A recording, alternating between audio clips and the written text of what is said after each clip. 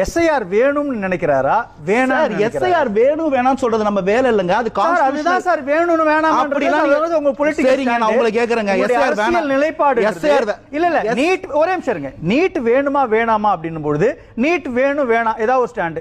SIR வேணுமா வேணாமான்னும் பொழுது SIR வேணும் வேணாம் ஒரு ஸ்டாண்ட். அந்த ஸ்டாண்ட ஓபனா பேசுறதுல விஜய்க்கு என்ன தயக்கம் வருது? நான் எப்படி தெரியுமா இருக்கு நீங்க கேக்குற கேள்வி?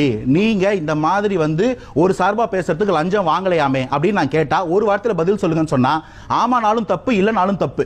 அதுக்கு நீங்க விளக்கமா தான் பதில் சொல்லணும். நீங்க விளக்கமா பதில் சொல்ல விட மாட்டீங்களே. நீட் வேணுமா வேணாம்ன்றாரா விஜய்? நான் தெளிவா சொல்றேன். ஒரு நிமிஷம். நீட் விஜய்க்கு வேண்டுமா வேண்டாம்? வேண்டாம். எஸ்ஐஆர் வேண்டுமா வேண்டாம்? எஸ்ஐஆர் உங்களால ஒண்ணும் பண்ண முடியாது. உங்களால ஒண்ணும் பண்ண முடியாது. நான் பதில் சொல்றேன். என் பதில் கேளுங்க. வேணுமா வேணாமான்னு போது வேணான்னு சொல்லக்கூடிய விஜய் எஸ்ஐஆர் வேணுமா வேணாமான்றப்போ ஒரு பொலிட்டிக்கல் ஸ்டாண்ட் எடுக்க முடியலன்னா விஜயனுடைய பொலிட்டிக்கல் ஸ்டாண்ட் என்ன? அவருடைய கொள்கை என்ன? பதில் கவர்னர் வேணுமா வேணாமா? அது அவங்களுடைய நிலைப்பாடு. அது விஜய் தான் சொல்லணும். இல்ல நான் உங்களை கேக்குறேன். பிரசிடென்ட் வேணும். அது நான் சொல்ல முடியாது. நான் உங்களை கேக்குறேன். தனிப்பட்ட நபர் உங்களை கேக்குறேன். ஐயா நான் உங்களை கேக்குறேங்க. இந்தியன் கான்ஸ்டிடியூஷன் நீங்க ஒரு வேணும் இருக்குது.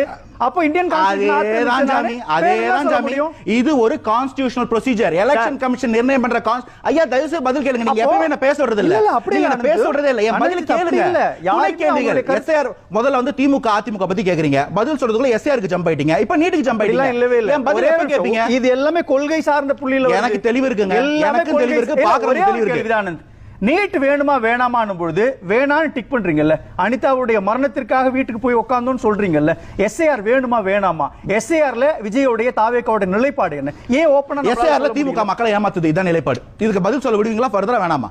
எஸ்ஐஆர்ல மக்களை வஞ்சிக்கிறது திமுக சொல்றாரு. திமுக சொல்றாரு. அப்புறம் அனந்த ஏன் கேக்குறீங்க? உங்களுக்கு அனந்த பதில் வேணாம்ல. ஓகே. எஸ்ஐஆர்ல திமுக வஞ்சிக்கிறது. நிர்மலா சீதாராமனுடைய குரலுக்கும் விஜயோட குரலுக்கும் என்ன வித்தியாசம் இருக்கு? அது நீங்க நிர்மலா சீதாராமன் விஜய் பத்தி கேட்க வேண்டிய கேள்வி. ஏன் கேள்வி நான் முதல்வர் கேக்குறேன். அதிமுக கொள்கை சார் அவங்க ஆட்சியில் இருந்தாங்க.